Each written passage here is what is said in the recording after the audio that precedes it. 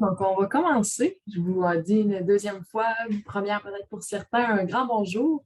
J'espère que vous allez bien. Bienvenue à notre conférence sur comment tirer profit de la diversité culturelle dans une organisation. Comme notre ancienne directrice générale, Geneviève Marcotte, fait partie du comité instigateur du mouvement Ensemble Inc., ça nous fait plaisir de nous engager à faire notre part, nous aussi, afin de promouvoir la force bénéfique que représente la diversité dans une organisation. Donc, c'est un peu pourquoi on va organiser une série d'événements sur le sujet de la diversité. Ça me tient vraiment à cœur, puis on voit que c'est important d'en faire la promotion auprès de notre réseau. Aujourd'hui, vous assistez à une conférence organisée par les missions commerciales de l'Université Laval. Pour ceux d'entre vous qui ne connaissent pas peut-être, on est une organisation à but non lucratif qui offre aux entreprises québécoises un service d'internationalisation professionnelle sur mesure et à prix très compétitif.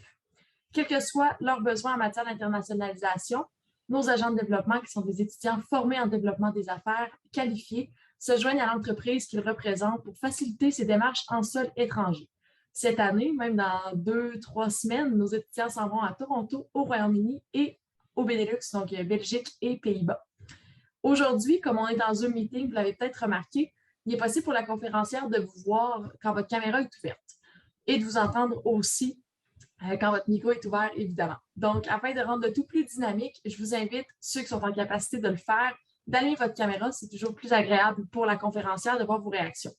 Si vous souhaitez intervenir, on vous invite à utiliser le clavardage ou encore à lever la main, puis je vais vous donner le droit de parole dans le cas échéant. Je vais donc faire la gestion des questions. Si jamais vous en avez, n'hésitez pas. Puis vos questions pourront être répondues au fur et à mesure. Comme vous le voyez, l'événement est enregistré. Par contre, on ne vous verra pas donc, de la manière qu'on fonctionne avec nos petites technicalités. Donc, n'hésitez pas à intervenir. Soyez pas gênés d'allumer vos caméras. Avant de céder la parole à notre conférencière, je vous remercie tous et chacune de votre présence aujourd'hui. Puis, je remercie Corinne également pour son temps avec nous aujourd'hui. C'est un réel plaisir d'avoir avec nous une ancienne agente d'émissions commerciales avec un bagage aussi intéressant à partager à notre réseau. Je vous souhaite à tous et à toutes une excellente conférence. Merci Catherine. Merci Antoine pour l'invitation. Je suis vraiment ravie d'être là. Effectivement, je suis une ancienne d'émissions commerciales. 2007, direction Russie. Ça date, ça date un petit peu, là, mais c'était une aventure extraordinaire. Donc, je suis très contente que ça fonctionne encore, l'émission commerciale. C'est une expérience incroyable comme étudiant ou étudiant. Aujourd'hui, on va parler de diversité culturelle. Je vais peut-être me présenter en quelques mots. Je suis formatrice en gestion de la diversité culturelle depuis 2010. J'ai créé l'entreprise Interculturel Service Conseil pour intervenir dans les organisations, que ce soit au niveau du privé, du public ou même des organisations communautaires. Et puis, j'interviens également à l'Université Laval. J'enseigne depuis 2017, j'ai enseigné gestion d'une main-d'œuvre diversifiée pour les finissants du bac en relations industrielles pendant 3 ans. Et actuellement, j'enseigne équité et diversité dans les milieux de travail pour le bac à la faculté de management. Et puis, je vais faire une petite annonce là parce que je coordonne le programme Maîtrise sur mesure en équité, diversité et inclusion de l'Université Laval. La deuxième cohorte devrait commencer en septembre 2022 et les candidatures sont ouvertes. Alors, si vous avez de l'intérêt ou si vous connaissez quelqu'un qui est intéressé pour faire cette formation-là, qui est une maîtrise professionnelle, eh bien, allez sur la page du site Chantier d'avenir, Maîtrise sur mesure en EDI, et vous pouvez poser votre candidature. Vous pouvez poser votre candidature jusqu'au 20 mai. Donc, c'était la petite partie promo. Merci de me permettre de faire ça. Donc, aujourd'hui, on va parler de diversité culturelle dans une organisation. Et pour commencer, je vous inviterai à aller sur WooClap, donc www.wooclap.com et taper le code MCUL 1104. Vous allez arriver sur un écran et première question, parce que vous allez passer 1 heure avec nous, mais j'aimerais ça que ce soit un peu interactif. Quand on est en ligne comme ça, c'est plus difficile d'avoir l'avis des gens. Alors, j'essaie de le faire plus interactif. Première question, en 3 mots maximum, à quoi pensez-vous quand on parle de diversité culturelle dans une entreprise? Donc, je vous laisse voter sur vos téléphones cellulaires ou sur vos ordinateurs. C'est totalement anonyme, donc vous pouvez taper ce que vous voulez et c'est un nuage de mots qu'on va voir apparaître avec vos réponses. Je vais vous laisser peut-être 2 minutes, 1 ou 2 minutes là, pour que vous ayez le temps de vous connecter sur Booklab. Investissement, force, défi, oui, intéressant. Idéaux différents, créativité,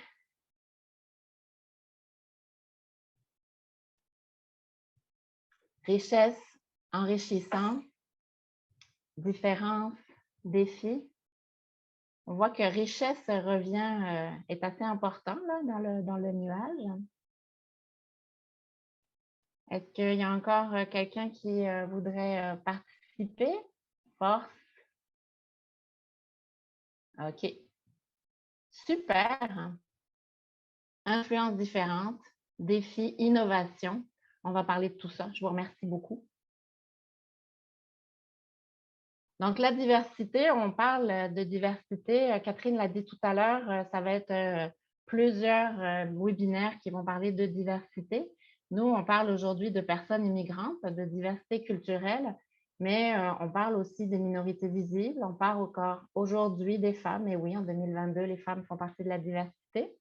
Les jeunes, les personnes en situation de handicap, les travailleurs expérimentés, les autochtones, les personnes des communautés LGBTQ+, etc., etc. Je n'avais pas la place de mettre tout le monde, mais vous voyez que la diversité, elle est quand même importante.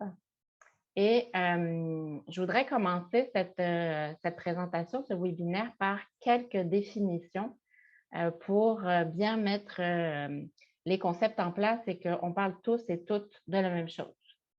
Donc, d'abord, parler d'intégration et d'inclusion.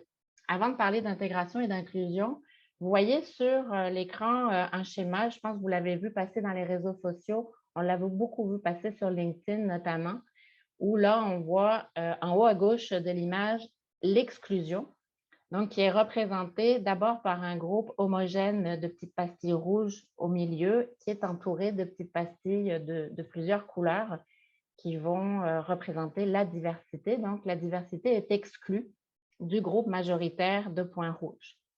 À droite, en haut à droite, vous avez la séparation. Parfois, on voit ça comme ségrégation également, où là, on a deux groupes. On a le groupe majoritaire de petites pastilles rouges et à côté de ce groupe majoritaire, il y a un groupe de petites pastilles diverses, donc qui représente la diversité, où là, les deux groupes sont séparés.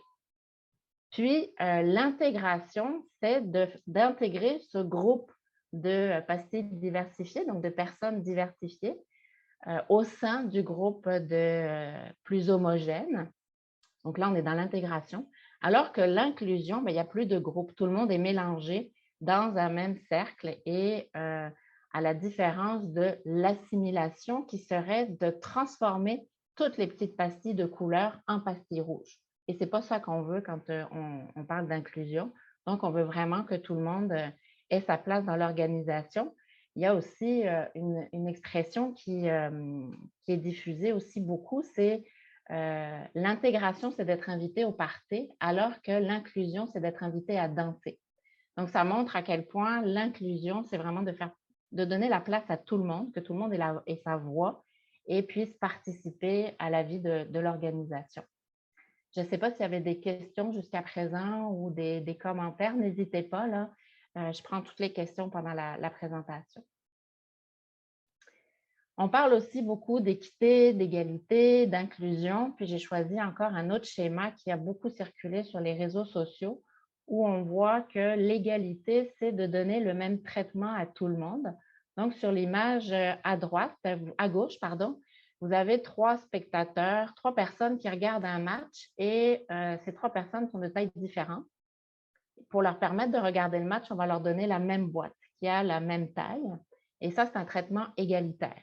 Alors, on a ça dans nos organisations, on a les traitements égalitaires, on a toutes les lois et règlements qui régissent les ressources humaines, mais ça ne suffit pas pour faire en sorte que les barrières auxquelles sont confrontées certaines personnes issues de la diversité restent. Alors, on va leur donner un traitement qui est équitable. Et l'équité, c'est de donner les boîtes nécessaires pour faire en sorte que ces personnes-là puissent voir au-dessus de la barrière. Donc, c'est illustré sur l'image du milieu.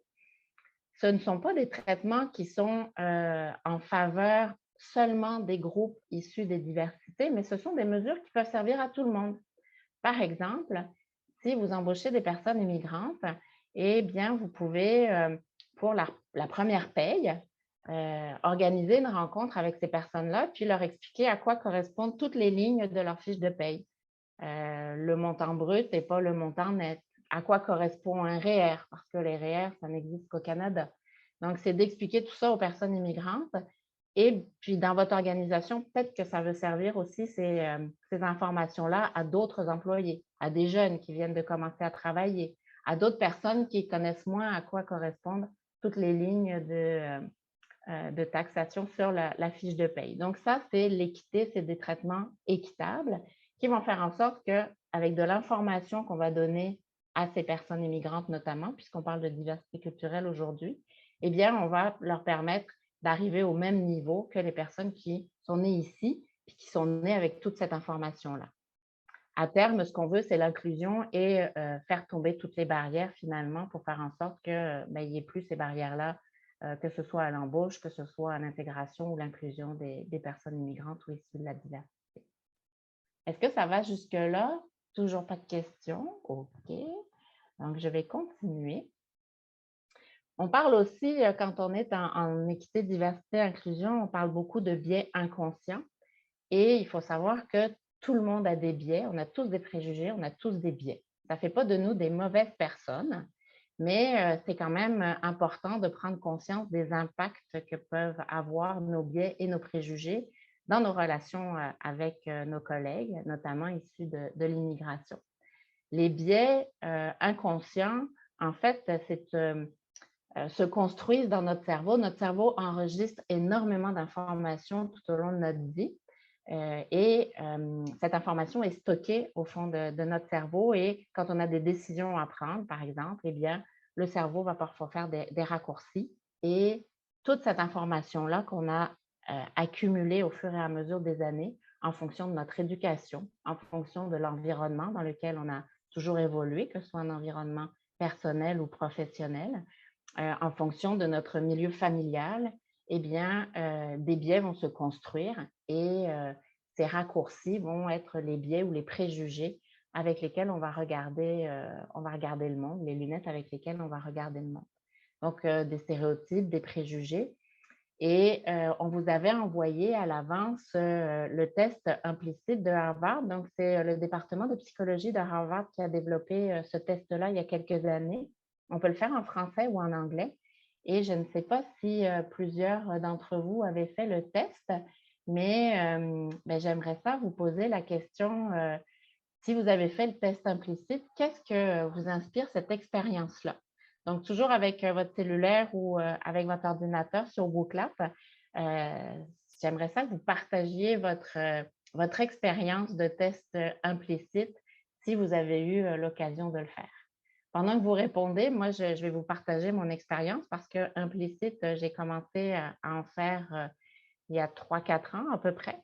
Puis la première fois, ça a été une grande, grande surprise parce que je ne savais pas qu'il était en français et en anglais. Je l'ai fait en anglais. Et comme on demande à ce qu'on fasse le test très, très rapidement, puisqu'évidemment, on parle de biais inconscients, donc il faut pas qu'on réfléchisse.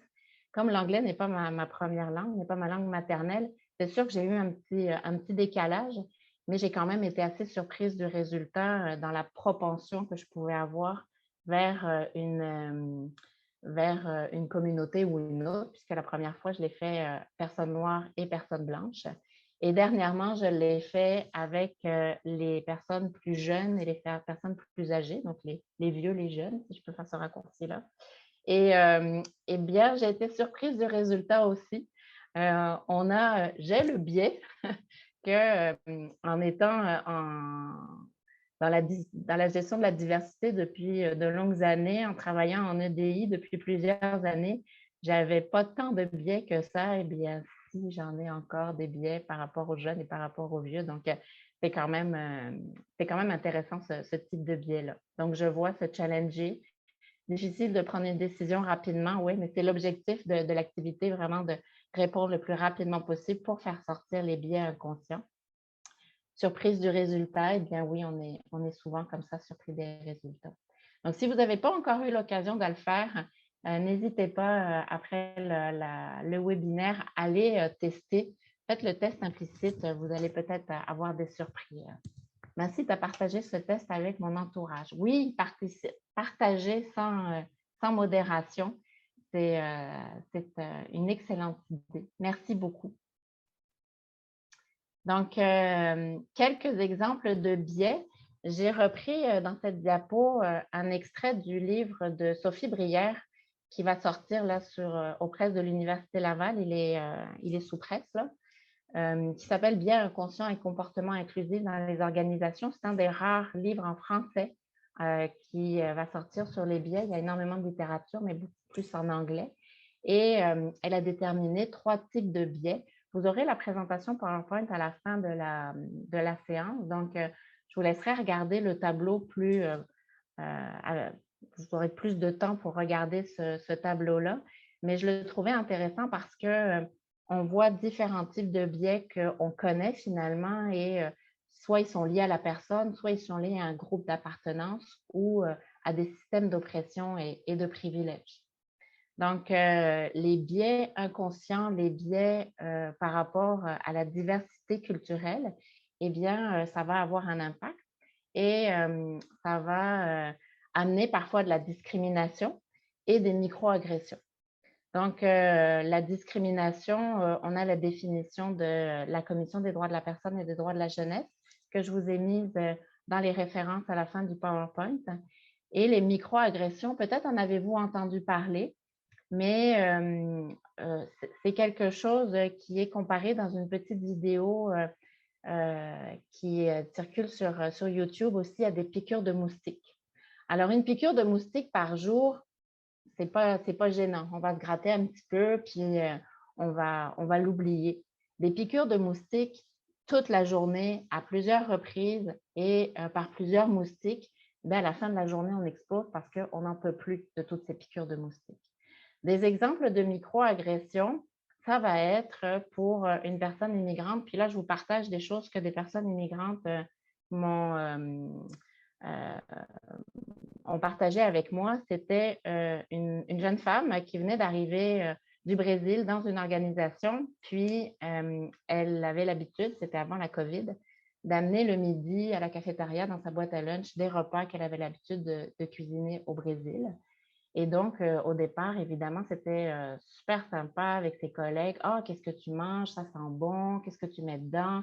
Ah, ben nous, au Québec, on fait comme ça. » Donc, des échanges de recettes entre collègues, immigrants, pas immigrants. La première semaine, c'est super agréable parce que la nourriture, c'est très fédérateur. La nourriture, ça nous rassemble beaucoup.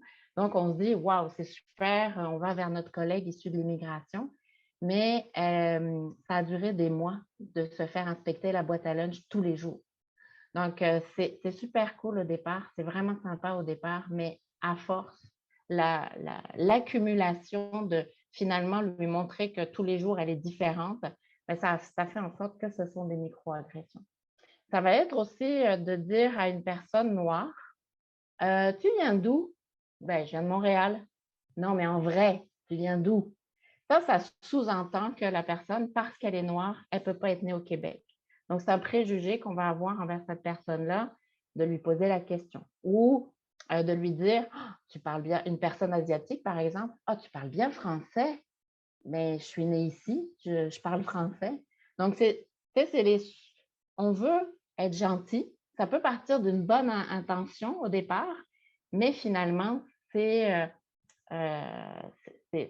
comportements ou ces petites phrases sont des micro-agressions. Ça va être également de ne pas faire attention au nom de famille ou au prénom de vos collègues issus de l'immigration parce que parfois, il y en a certains qui arrivent avec des noms qu'on a du mal à prononcer, des prénoms qu'on a du mal à prononcer. Puis, moi, j'ai vu dans certaines entreprises des gens dire « Ah, ben lui, c'était trop difficile, donc dès qu'il est arrivé, on l'appelait John parce qu'on n'était pas capable de dire son prénom. » Ça, c'est une microagression. Si la personne vous dit « Je sais, mon prénom est difficile à prononcer, appelle-moi donc John, ça sera plus simple », là, ça va. Mais c'est plus la personne qui va faire la démarche que nous Donc, c'est de faire attention à ce genre de choses-là. Est-ce qu'on a des questions par rapport à tout ça ou ça va jusqu'à présent? OK, pas de questions. Donc, les impacts de nos biais, on va les voir dans nos processus de dotation, dans les relations avec le collègue et puis dans la gouvernance de nos organisations. Donc, je vais vous donner quelques exemples tout à l'heure pratico-pratiques de choses qu'on peut faire pour éviter les biais dans les pratiques de dotation notamment. Mais il y a quand même quelque chose qu'il faut mettre de l'avant, c'est les avantages des équipes culturellement diversifiées. C'est incontestable. Je vous ai mis quelques statistiques. Donc, de Statistique Canada, d'ici 2032, les immigrants représenteront 80% de la croissance démographique canadienne et environ le quart des Canadiens seront nés dans un autre pays. Donc, on ne peut pas faire autrement que d'avoir des équipes diversifiées, hein. J'ai trouvé une autre étude aussi où on dit que la diversité, ça permet d'avoir des équipes où il y a beaucoup d'innovation et également, ça fait en sorte que les bénéfices sont augmentés dans les organisations qui sont diversifiées. Donc, non seulement démographiquement, on a des personnes qui peuvent venir combler les besoins de main-d'œuvre, mais en plus, financièrement, c'est intéressant d'avoir des personnes immigrantes pour l'innovation qu'elles apportent et pour la productivité qu'on peut avoir. Et encore une fois, Statistique Canada en 2020 disait que l'effet de l'immigration représentait environ 1% de la croissance de la productivité globale dans une entreprise moyenne. Cependant, pour les entreprises qui ont connu une augmentation importante de la part des travailleurs immigrants, la contribution pourrait être considérable. Par exemple, l'association estimée donnerait à croire qu'une entreprise connaissant une augmentation de 20 points de pourcentage de la part des travailleurs immigrants pourrait voir sa productivité augmenter de 3,8%. Donc, si les entreprises ne sont pas convaincues en termes de responsabilité sociale ou humainement, bien, au moins financièrement et économiquement, c'est prouvé que c'est intéressant d'avoir des équipes diversifiées pour augmenter les profits des entreprises. Donc, on l'a vu, les avantages d'avoir des équipes diversifiées, ça nous amène de l'innovation dans les équipes. Plusieurs personnes qui viennent de pays différents, qui ont eu des formations différentes sur une même technique, par exemple, eh bien, ça va faire en sorte qu'on va pouvoir comparer ces techniques-là et puis trouver la meilleure technique pour une organisation. Ça peut être pour une entreprise aussi qui embauche une personne immigrante ou qui fait venir un travailleur étranger temporaire, quelque chose qui va le différencier de sa compétition parce que ce travailleur-là va avoir une compétence que les autres entreprises dans le secteur d'activité n'auront pas. Donc, des compétences techniques qui sont à prendre en considération.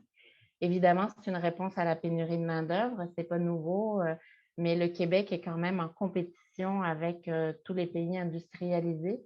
Moi, je suis actuellement en France et je peux vous dire que je pose la question autour de moi avec beaucoup d'intérêt, à savoir est-ce qu'on a beaucoup d'infirmières en surplus en France qui peuvent aller au Québec? Est-ce qu'on a beaucoup d'informaticiens qui peuvent aller au Québec? En France, on est dans les mêmes besoins de main-d'œuvre sur les mêmes postes. Donc, le Québec est en compétition avec tous les pays industrialisés pour les mêmes compétences. C'est un avantage, évidemment, au niveau de la responsabilité sociale des entreprises et dans la diversification des marchés à l'international. On parle des missions commerciales depuis le début du webinaire. Là, c'est les missions commerciales qui organisent le webinaire. C'est toujours intéressant d'avoir une personne dans nos équipes, si on veut diversifier nos marchés à l'international, qui parle la langue du pays, qui a une connaissance aussi de la culture d'affaires ou de la culture tout court de ce pays-là. Ça va faire une différence aussi quand on veut diversifier nos marchés. Donc, comment faire pour attirer, fidéliser des personnes issues de la diversité? Eh bien, je m'arrêterai sur le processus de dotation plus spécifiquement. Donc, par où commencer? Bien, je vous dirais, faisons un diagnostic de nos processus et de nos procédures de dotation. D'abord, en termes d'attraction, de recrutement, est-ce que dans nos offres d'emploi, est-ce que d'abord dans nos fiches de poste, on est clair dans les attentes qu'on a par rapport aux compétences qui sont nécessaires. Est-ce que dans nos offres d'emploi, on va ouvrir suffisamment pour attirer des personnes issues de l'immigration? Par exemple, si on dit dans notre offre d'emploi que pour ce poste-là, on a besoin d'une maîtrise, ben, c'est sûr qu'on va se fermer des candidats ou des candidates qui ne postuleront pas parce que ces personnes-là n'ont pas la maîtrise. Mais si on met maîtrise ou expérience jugée équivalente, c'est sûr que là, ben, plus de personnes vont considérer notre offre d'emploi. Je suis tombée sur une statistique il n'y a pas très, très longtemps en faisant des recherches pour une formation.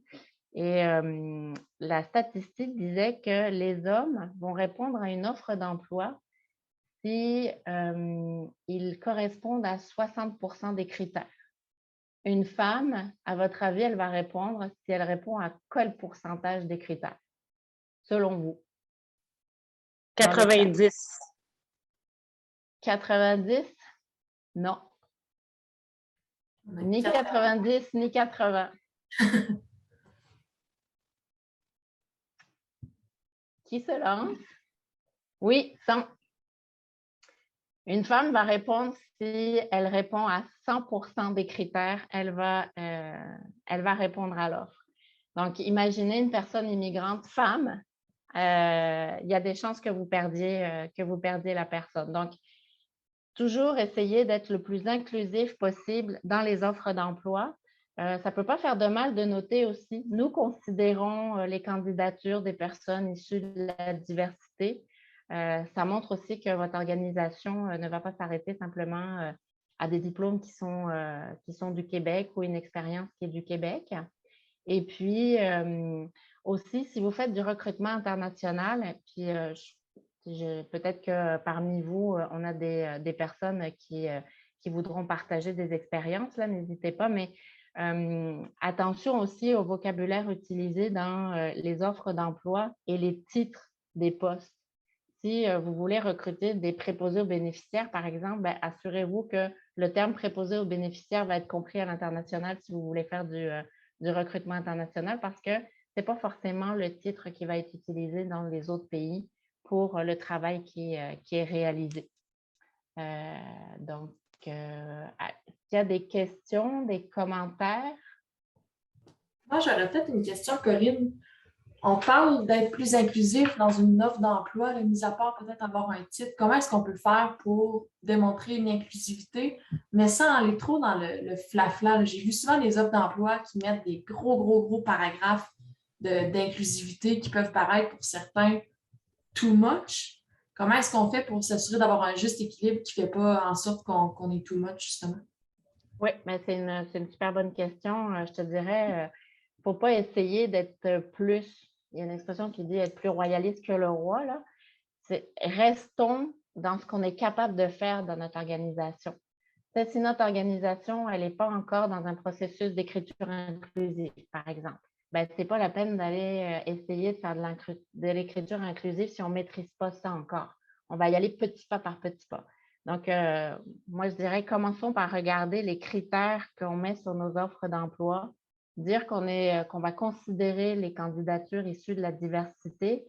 Puis si l'entreprise, elle est plus avancée dans l'inclusion, ben, elle peut mettre tout, elle peut se mettre au diapason de ce qu'elle sait faire au moment où elle fait l'offre d'emploi, mais il faut qu'on soit en cohérence entre ce qu'on met sur les offres d'emploi et la réalité des organisations.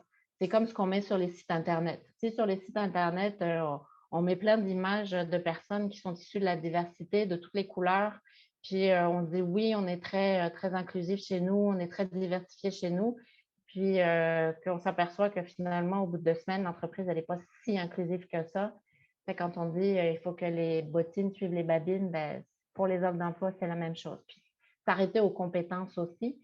Dans la campagne Recruter sans discriminer de la Commission des droits de la personne et des droits de la jeunesse, et même sur le site des conseillers de l'ordre professionnel, des conseillers en ressources humaines, c'est bien expliqué aussi de faire attention à s'assurer que quand on rédige les offres d'emploi, quand on fait les entrevues, quand on fait les évaluations, on s'attache aux compétences des personnes, aux compétences attendues dans l'organisation. Si on fait des entrevues et qu'on n'est pas la personne avec laquelle grande va travailler, par exemple, ben, c'est de s'assurer aussi pendant les entrevues qu'on a, je ne sais pas moi, le superviseur ou le chef d'équipe avec lequel cette personne va travailler. Quand on fait du recrutement à l'international, moi, j'ai vu des entreprises qui font des choses vraiment très intéressantes. Avant que les travailleurs arrivent, une fois que les travailleurs ont été recrutés, et pendant que les papiers se font et qu'on attend le permis de travail qui va durer quelques mois, eh bien, les équipes sont préparées à l'accueil de ces nouveaux travailleurs. Et par exemple, j'ai vu dans certaines industries manufacturières construire des lexiques spécifiques à l'industrie. Donc, il y avait la photo d'un outil, par exemple, parce qu'on parle français au Québec, mais on ne parle pas forcément le même français qu'ailleurs. Et dans les industries, on se rend compte que le langage n'est pas vraiment le même. Donc, ils font des lexiques, ils font des photos, soit de la machinerie, soit des outils. Sous cette photo-là, ils notent le nom générique, le nom du dictionnaire, le nom officiel. Et à côté, ils inscrivent le nom qui est utilisé dans l'industrie et parfois le nom qui est utilisé dans l'usine en particulier, parce que ce n'est pas toujours le même mot. Et puis, ils envoient ce lexique-là aux travailleurs qui vont arriver pour que les travailleurs, dans leur pays d'origine, ils notent le mot qu'eux, ils utilisent dans leur français à eux, pour que on ait un lexique avec toutes les expressions, tous les mots utilisés. Puis comme ça, chacun va apprendre, entre guillemets, la langue de l'autre. Mais ça permet aussi de préparer les travailleurs à utiliser les mots qu'on utilise au Québec. Donc ça peut se faire en amont avant que les personnes arrivent.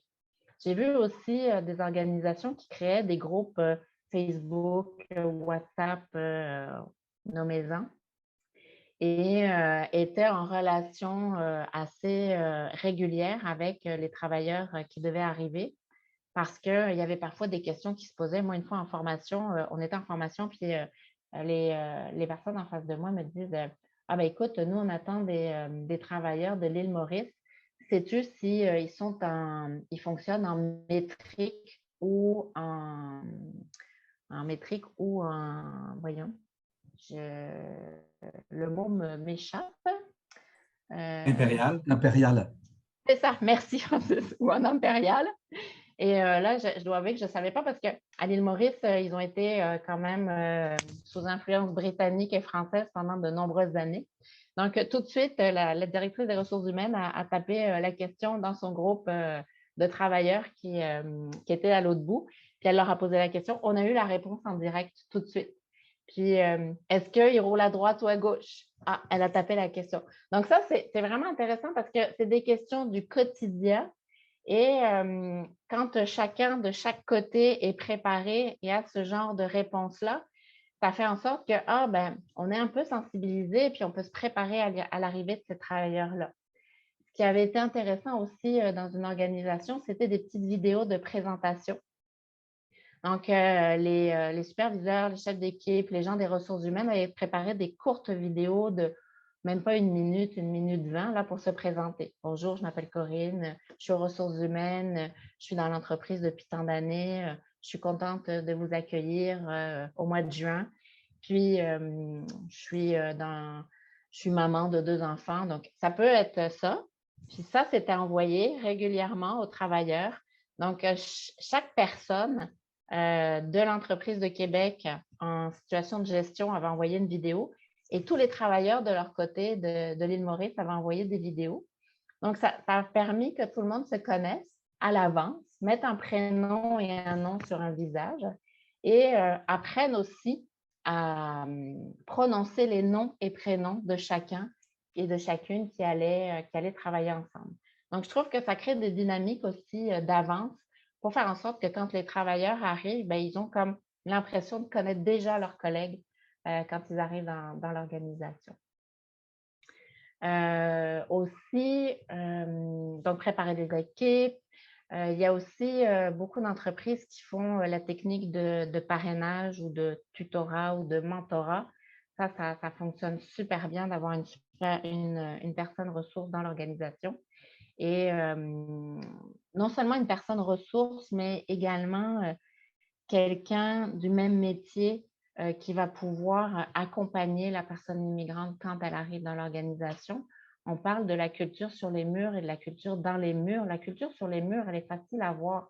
On a tous les documents, on a toutes les politiques, on est capable de lire toute cette documentation. Mais tout ce qui s'est construit informellement durant plusieurs années dans l'organisation, ça, c'est écrit nulle part. Puis la personne ressource ou le tuteur ou la tutrice peut apporter cette information-là à la personne immigrante.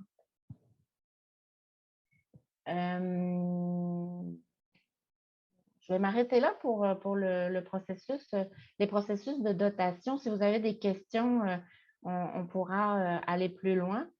Qui est concerné par l'accueil et l'inclusion des personnes immigrantes dans nos équipes?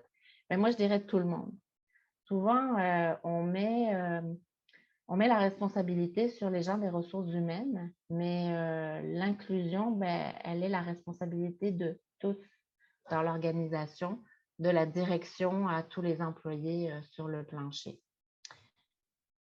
Plusieurs étapes peuvent se faire pour l'accueil de nos personnes immigrantes puis leur inclusion dans l'organisation, puis de s'assurer que ça fonctionne bien dans l'organisation. Donc, on peut se préparer un plan d'action avec tout ce qu'on veut faire, les activités qu'on veut réaliser, et puis on se donne des objectifs SMART, spécifiques, mesurables, atteignables, réalistes, et qu'on va réaliser dans le temps.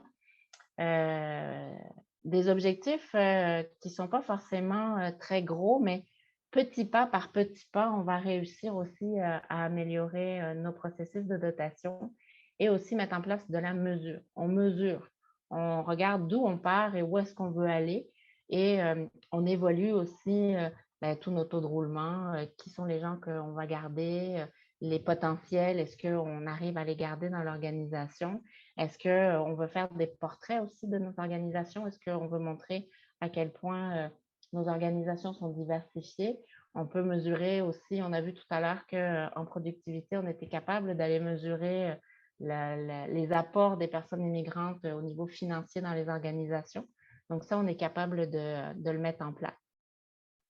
On peut aussi, pour s'aider dans nos processus d'accueil, d'intégration, d'inclusion, de maintien en emploi dans les organisations, se servir, je pense que tout le monde connaît les entrevues de départ qui permettent de savoir pourquoi les personnes s'en vont, qu'est-ce qu'on aurait pu faire de mieux pour les garder à l'emploi. Mais il y a aussi ce qu'on appelle, je ne sais pas si vous connaissez, le rapport d'étonnement. Le rapport d'étonnement, ça consiste à dire à une personne qui vient d'arriver dans l'organisation, écoute, on peut le faire de façon formelle ou informelle, mais dans une semaine, dans 2 semaines, dans 1 mois, dans 2 mois, ce serait intéressant qu'on fasse un point tous les deux ou avec la direction ou informellement autour d'un café et dis-nous, qu'est-ce qui t'a étonné quand tu es arrivé? À quoi tu t'attendais et qui a dépassé tes attentes? À quoi tu t'attendais et qui t'a profondément déçu?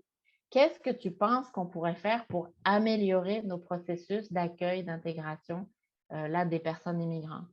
En ayant l'information des personnes elles-mêmes, ça va nous permettre d'améliorer nos processus parce qu'on veut toujours bien faire, mais c'est vraiment les personnes qui sont concernées qui vont nous donner la meilleure information pour améliorer nos processus dans les organisations.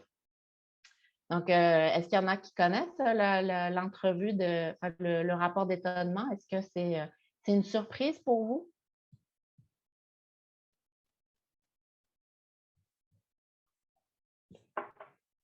Je regarde dans le chat. Ça étonnait Antoine. Ça étonne. Est-ce qu'il y en a parmi vous qui connaissaient le rapport d'étonnement? Moi, je ne vous vois pas, alors j'ai besoin de vous voir dans le chat. Tout le monde dit que personne ne connaissait. Oui. Tu recommandais, Corinne, de le faire 2 semaines après l'arrivée des personnes? Je n'ai pas une recommandation formelle sur 2 semaines. Là, je te dirais, ça va dépendre de comment est structurée l'organisation et puis comment on veut le faire. Tu sais, des fois, on a dans les organisations des processus plus ou moins formalisés d'accueil et d'intégration des employés. Puis tous les trucs qu'on peut faire pour les personnes immigrantes, tout ce dont je vous ai parlé, là, ça va pour tous les employés. Le rapport d'étonnement, ça va pour tous les employés, qu'ils soient issus de la diversité culturelle ou pas. Les entrevues de départ, s'assurer que les offres d'emploi sont claires, elles sont inclusives, ça va pour tout le monde, là, en fait. Ce qu'on peut faire pour des personnes immigrantes, ça peut bénéficier à tout le monde, puis ça peut faire en sorte qu'on va attirer puis garder en emploi peut-être plus d'employés qui ne sont pas forcément issus de la diversité culturelle. Mais effectivement, si je ne me trompe pas, j'avais vu ça, c'est parce que moi, je ne l'ai pas inventé, hein, le rapport d'étonnement. Je pense que ce sont des jeunes femmes de Montréal qui ont l'entreprise Collègues qui avait fait un blog sur le rapport d'étonnement. Mais si on tape sur Internet rapport d'étonnement, on va trouver rapidement, là, il y a des modèles, il y a des procédures, comment mettre ça en place de façon formelle ou informelle dans les organisations. Ça dépend de la taille de l'organisation et de ce qu'on est capable de faire aussi. Il y a des grandes structures qui peuvent mettre en place beaucoup de choses pour l'intégration des personnes immigrantes ou des personnes issues de la diversité. Mais dans des petites structures, c'est plus compliqué parce qu'on n'a pas toujours un service de ressources humaines. On n'a pas toujours des personnes qui sont formées en ressources humaines. Dans des PME, dans des petites entreprises, parfois, c'est la personne à la comptabilité, c'est la direction, c'est le secrétariat, personne au secrétariat qui s'occupe de tout ça. Donc, ce n'est pas forcément des gens qui sont formés en ressources humaines et qui connaissent tous les outils. Donc, il y a beaucoup d'informations qui sont sur Internet, qui sont disponibles. Moi, j'ai mis quelques liens dans les ressources. Puis, si on veut vraiment recruter des personnes immigrantes, on a plusieurs façons de le faire. On a la diversification, l'ouverture des bassins. On va diversifier nos bassins de recrutement. Si on est à Québec, par exemple, eh bien, il y a plusieurs organismes en employabilité à Québec qui reçoivent des personnes immigrantes, qui les aident à faire leur CV, à se préparer pour les entrevues. Donc, c'est intéressant de travailler avec ces personnes-là. Si on veut faire du recrutement international, eh bien, il y a des firmes qui s'occupent de faire du recrutement international aussi, donc qui peuvent accompagner les entreprises pour rédiger les offres d'emploi et puis pour faire leur recrutement. Si on veut recruter aussi dans la province, il y a la régionalisation, donc avec des organismes à Montréal qui sont spécialisés en employabilité et en régionalisation de l'immigration. Donc, des personnes immigrantes à Montréal qui veulent s'établir en région, qui sont prêtes à aller s'établir en région. Donc, il y a ces organismes-là. Il y a les références dans le PowerPoint aussi.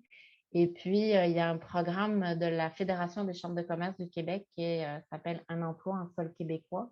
La fédération fonctionne avec les autres chambres de commerce sur tout le territoire de la province. Donc là aussi, il y a des choses qui se font, il y a des formations qui se font en gestion de la diversité. Donc, ça peut aider aussi les entreprises à recruter, mais au niveau local, parce que le recrutement international, ce n'est pas pour tout le monde, mais ça peut quand même être vraiment super intéressant pour certaines entreprises ou certains postes qu'on ne peut pas trouver ici dans la province. Donc, oui, Francis, idéalement, le faire dans les 3 premiers mois, c'est effectivement une bonne technique. Mais dans les premiers jours, c'est sûr que l'effet de « Ah, j'ai été surpris », c'est rapidement qu'il faut aller le chercher, là. Est-ce qu'on avait des questions ou des commentaires, envie d'avoir des informations plus spécifiques sur une étape du processus de dotation? Moi, j'en ai une. Merci. J'en ai une. Ça concerne un peu le rapport d'étonnement et le rapport de départ. De façon plus générale, d'avoir de la rétroaction des talents internationaux, des immigrants qu'on accueille. On avait un webinaire sur la gestion des équipes internationales le mois passé. Puis les conférenciers disaient, dans certaines cultures, c'est plus difficile d'avoir l'heure juste. Au Québec, tu peux assez facilement rentrer dans le bureau de ton boss puis dire ça, j'aime pas la façon que ça a été réglé. Puis le rapport hiérarchique n'est pas très présent.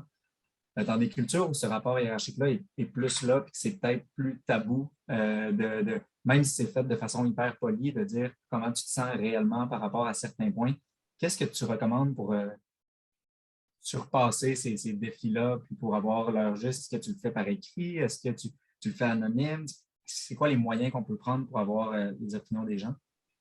C'est sûr que dans ces cas-là, le faire de façon anonyme, tu sais, avec un Google Form où chacun remplit son questionnaire de façon anonyme et puis on ne sait pas qui a répondu, ça peut être intéressant.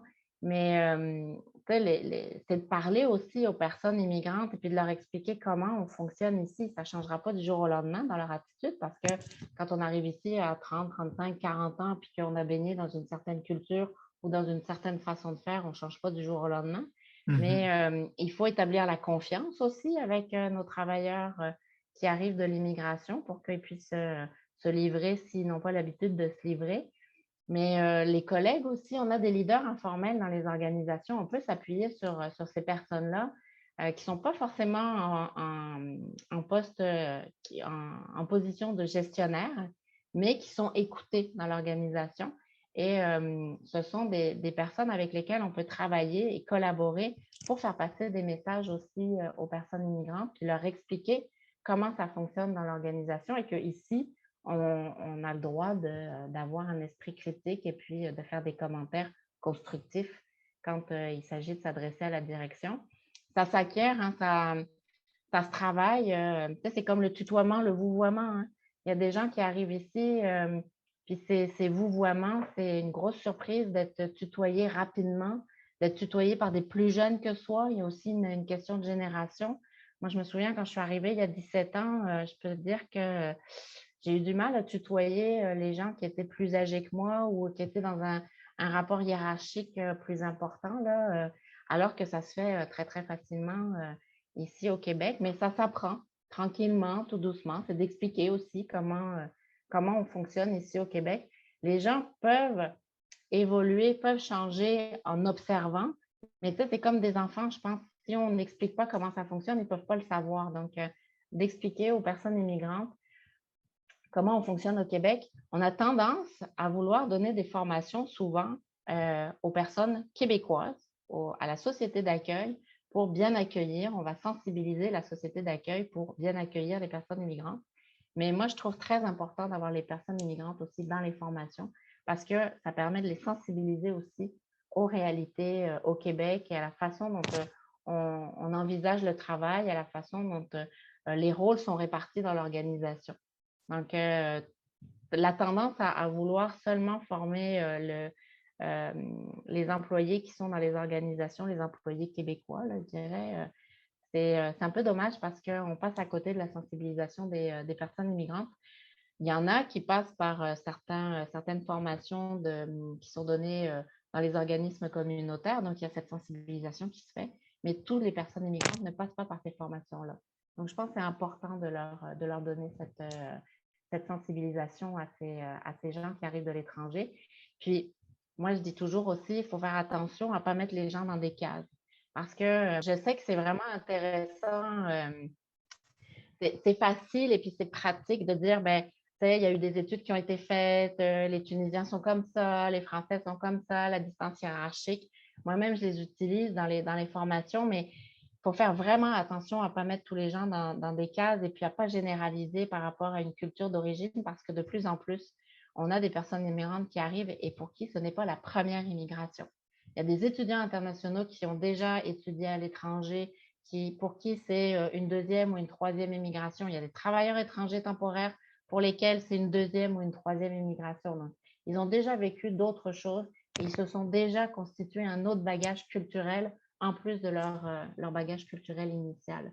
Donc, c'est très difficile de mettre les gens dans des cases. Puis, je dirais aussi quelque chose de vraiment important, outre de ne pas généraliser, c'est ne pas confondre un trait de caractère et un trait culturel. On ne peut pas tout mettre sur le dos de la culture. Donc, il y a des personnalités difficiles, quelles qu'elles soient et quelle que soit l'origine de ces personnes-là, Et on ne peut pas dire que tout est culturel dans des situations parfois où pas forcément un conflit, là, mais où on a des incompréhensions, où on n'est pas sur la même longueur d'onde. Attention à ne pas tout mettre sur le dos de la culture. Là. Merci, c'est des super bons points. J'espère que j'ai répondu à la question, Antoine. Je suis Oui, un peu, absolument. Là, mais... Non, mais c'est des super bons points. Merci. Est-ce qu'il y avait d'autres questions?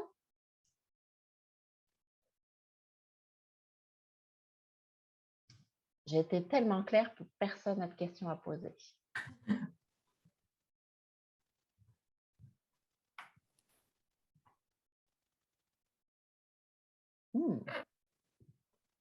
Est-ce que je peux prendre la parole? Oui, absolument. Moi, c'est juste revenir au début quand vous avez parlé de l'employée brésilienne. Vous m'entendez? Oui, tout à fait. Oui, ça m'a touchée parce que moi, j'ai beaucoup d'allergies alimentaires. C'était mon cas. Tout le monde regardait ce que je mangeais, puis posait des questions. Au début, c'est correct parce qu'il faut que les gens soient au courant. Mais à longue, je trouvais que ça m'a bien rejoint l'analogie avec les petits maringouins. Là. À Oui, la oui. longue, je me sentais trop questionnée. Je me suis retirée. Je suis commencée à manger toute seule pour pas toujours avoir à expliquer à chaque fois mes repas. Et je me demande, c'est quoi que vous avez recommandé, comme cette personne-là, qu'est-ce qu'elle a fait pour se sortir de ce cercle vicieux-là? Elle a quitté son emploi parce qu'il n'y avait pas que ça. Là, je donnais l'exemple de la boîte à lunch, là, mais c'était... il n'y avait pas que ça comme souci. C'était toujours des réflexions. Comme je disais, ça ne part pas toujours d'une mauvaise intention où on veut être drôle, mais on n'est pas drôle. Ça a été de lui dire aussi, arrivé au mois d'octobre, ah, tu sais, octobre, c'est un peu tôt pour sortir ton manteau d'hiver. Là, tu ne crois pas que tu devrais attendre le mois de décembre ou le mois de janvier? Sauf que pour elle, en octobre, il faisait froid et elle avait déjà besoin de sortir son manteau d'hiver. Donc, c'est toutes des petites réflexions comme ça qui ont fait en sorte que son climat de travail était devenu toxique. Donc, elle a décidé de quitter. Mais il y a plein de petites phrases qu'on dit, encore une fois, sans vouloir. Puis là, je parle de microagressions inconscientes. Là, il y en a qui sont très conscientes. Il y a de la discrimination très consciente. Mais quand on veut bien faire, finalement, en fait, c'est pas une fois ou deux. Je dis pas qu'il faut arrêter d'aller échanger des recettes avec des collègues issus de l'immigration ou d'arrêter de parler de nourriture avec des collègues issus de l'immigration. C'est juste que c'est l'accumulation de toujours la même chose qui fait en sorte que ça devient pesant à force. Donc, vous le disiez très bien, vous, c'est les allergies alimentaires. Au départ, ça part d'une bonne intention, de vouloir faire attention, mais à la longue, c'est très, très, très, très pesant. Mais il y a des petites choses qu'on ne sait pas. C'est comme aussi pour les personnes noires d'Afrique, on ne touche pas les cheveux. On ne touche pas les cheveux des gens. Il y en a plein qui viennent leur ah, je peux toucher tes cheveux. Non, tu ne touches pas mes cheveux. C'est ça, c'est de faire attention à respecter les personnes aussi, parce qu'on ne se rend pas compte puis là, je vais parler de privilèges, on ne se rend pas compte de nos privilèges tant qu'on n'est pas en relation, en interaction avec des personnes qui n'ont pas eu les mêmes privilèges que nous. Je vous partage un exemple personnel. J'ai fait une capsule il y a quelques années pour un cours sur les femmes en relations industrielles. Et à la fin de la capsule, après les échanges que j'avais eus, j'ai fait un constat. J'ai dit, ben, j'ai quand même eu de la chance, j'ai eu des privilèges parce que quand je suis arrivée au Québec, oui, je suis une femme, mais je suis une femme blanche, je suis une femme francophone, je suis une femme éduquée et oui, ça a été parfois un peu difficile de rentrer dans un cercle d'hommes, d'affaires. Quand j'ai lancé mon entreprise, ça n'a pas toujours été évident, mais j'avais le privilège d'être francophone, blanche et catholique et éduquée. Donc, faut avoir conscience aussi parfois de ces privilèges pour faire en sorte de bien accueillir les autres personnes qui ont moins de privilèges et d'essayer de comprendre que par nos actions ou par nos Alors, les biais qu'on peut avoir, ben, les impacts peuvent être importants sur ces personnes-là. Mais c'est quand même super enrichissant d'avoir des personnes immigrantes ou des personnes issues de la diversité dans les organisations parce que ça amène énormément de discussions, ça amène énormément de points de vue différents.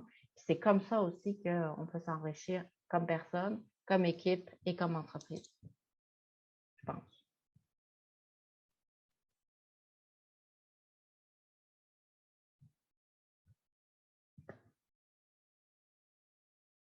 Donc, pour moi, ça fait le tour.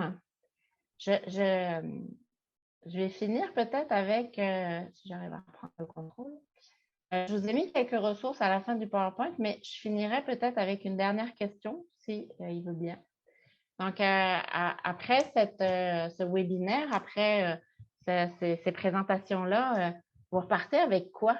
Qu'est-ce que ça vous inspire, cette heure qu'on a passée ensemble?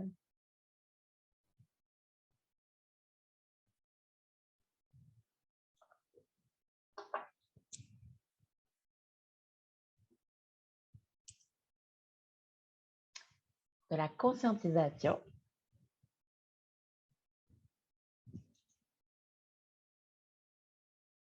Dans le clavardage aussi, ouverture, écoute et empathie.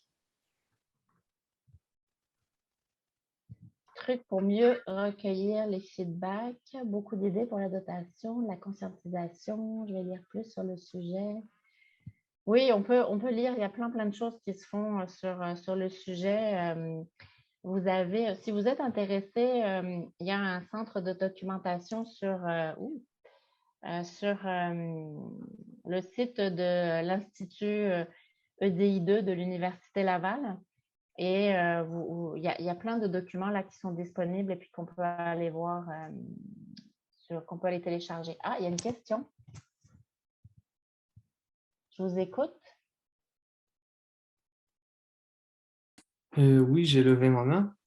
Je voulais juste dire, d'abord, je vous remercie pour votre intervention qui est très enrichissante et qui me touche personnellement.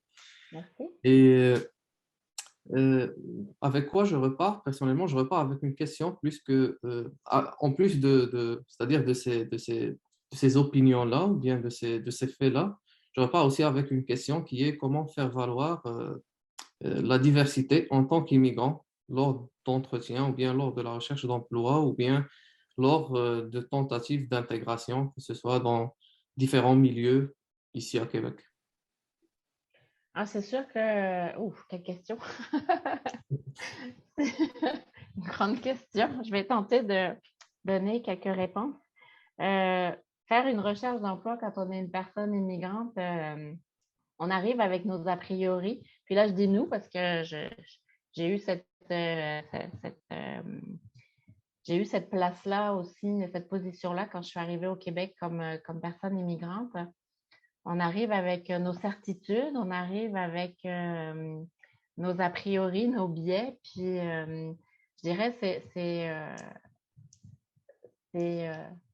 de bien d'écouter les conseils qu'on va nous donner. Puis moi, j'ai la chance d'avoir été super bien accompagnée, je dois vous dire, quand je suis arrivée, tant par des conseillers en immigration que des personnes qui m'ont aidée aussi dans mon intégration dans le monde des affaires.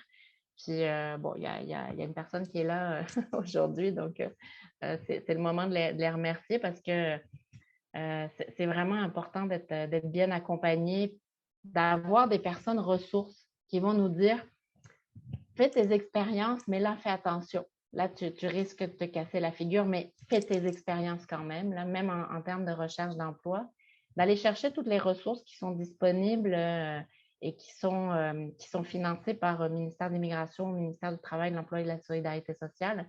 Essayez d'aller chercher toutes ces ressources-là qui sont disponibles pour les chercheurs d'emploi parce que ça peut bien aider. Utiliser les services des organismes en employabilité pour vous aider à mettre de l'avant le potentiel que vous pouvez apporter à un employeur, à une entreprise au Québec, parce que tout le monde a du potentiel et puis tout le monde est capable d'apporter quelque chose dans une organisation au Québec, même quand on arrive de l'étranger, là. Donc, c'est de mettre en avant tout ce potentiel-là. Je pense que j'ai oublié une partie de la question, là. Je suis désolée, mais c'est bien s'entourer puis écouter les conseils des personnes qui sont ici, se faire sa propre opinion, mais écouter quand même l'expérience des autres. Puis je vous dirais, des fois, on a la chance, c'est aussi être au bon endroit au bon moment, de trouver un emploi, pas seulement quand on arrive comme immigrant au Québec, mais il y a du potentiel aujourd'hui, là, puis c'est de démontrer ce potentiel-là aux employeurs. J'espère que j'ai répondu à la question. Oui, vous l'avez fait parfaitement. Je vous remercie. Merci.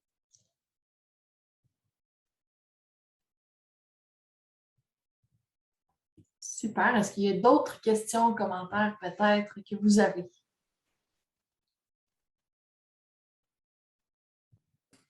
Je rajouterai une petite chose, si vous permettez. Et ça sera très rapide. Vas-y. Comment réagir à une situation où on vous dit que voilà, nous avons 2 candidatures de retenue, une d'une personne immigrante et une d'une personne canadienne ou québécoise, et puis on vous dit directement comme ça que dans ces 2 cas, on préférait prendre le candidat ou la candidate québécois ou québécoise. Moi, je vous dirais qu'il y a la Commission des droits de la personne et des droits de la jeunesse. Il y a une charte des droits québécoises. L'article 10 dit qu'on ne peut pas discriminer sur l'origine nationale d'une personne. Donc, de demander pourquoi la personne québécoise et pas vous. Qu'est-ce qui va faire la différence? Est-ce que sur les compétences? Est-ce que c'est... Je sais que ce n'est pas évident d'avoir cette conversation-là, d'avoir cette discussion-là avec quelqu'un qui est au recrutement, mais puis c'est extrêmement frustrant de se faire dire qu'on va privilégier une candidature canadienne ou québécoise plutôt qu'une candidature immigrante. Puis certainement que vous allez avoir une réponse, certainement. Peut-être que vous n'allez pas avoir une réponse qui est la réalité, là, mais... Justement, c'était à compétence égale. C'était un des arguments qu'on a avancé pour dire que la deuxième candidature n'a pas été retenue. J'ai pas de réponse. Je vois Francis qui lève la main. Là, peut-être que Francis a une réponse, toi, mais... Non, j'en ai pas. Merci, Corinne. Juste pour dire, je crois que c'est Mehdi, votre prénom. Oui. C'est arrivé à plein de monde. C'est une réalité. Puis, comme dit Corinne, il y a des moyens de le signaler. Mais je pense que la vraie question à vous poser, c'est est-ce qu'une entreprise qui vous dit ça vous donne envie de travailler avec elle? Puis, quand vous aurez la réponse à cette question-là, vous irez voir une autre entreprise. Puis, votre valeur ajoutée. Puis, j'aime beaucoup ce qu'a dit Corinne. Vous avez certainement un parcours, une valeur ajoutée, une éducation, une expertise qui fait qu'une autre entreprise va la considérer. C'est celle-là qui va vous engager, puis c'est là où vous aurez plaisir à travailler. Certainement, certainement. Et je vous remercie pour ce mot. Je suis tout à fait d'accord avec toi, Francis.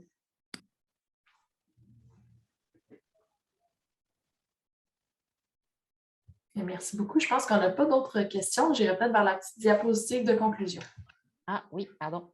Pas de problème. Mais non, on prend les questions. Hop.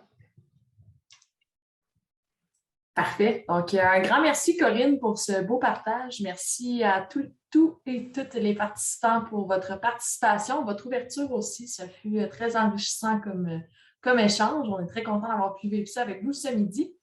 Pour la suite des choses, on vous invite à nous suivre sur nos différents réseaux sociaux. Là, vous avez un petit code QR, si vous voulez le scanner pour pouvoir voir nos activités. On organise des événements de façon récurrente, normalement au mois. Sinon, on va partager aussi des articles sur le commerce international, le développement. Puis, comme je vous disais en introduction, on a nos agents qui partent dans moins de 3 semaines pour leurs différentes destinations. Donc, il devrait y avoir du contenu sur ça. Puis, on va aussi annoncer nos destinations par la suite après avoir réalisé nos missions. Puis, on a d'autres beaux projets qui s'en viennent, donc on vous invite à nous suivre. Je vous remercie. Vous avez nos adresses courriel à Antoine et moi que vous n'avez pas trop vu. Là. Vous l'avez entendu un petit peu, Antoine, le directeur général des missions commerciales. Donc, s'il y a quoi que ce soit, n'hésitez pas à nous écrire. Ça nous fera plaisir. Puis, on espère vous voir bientôt. Encore une fois, merci beaucoup, Corinne, pour ton temps.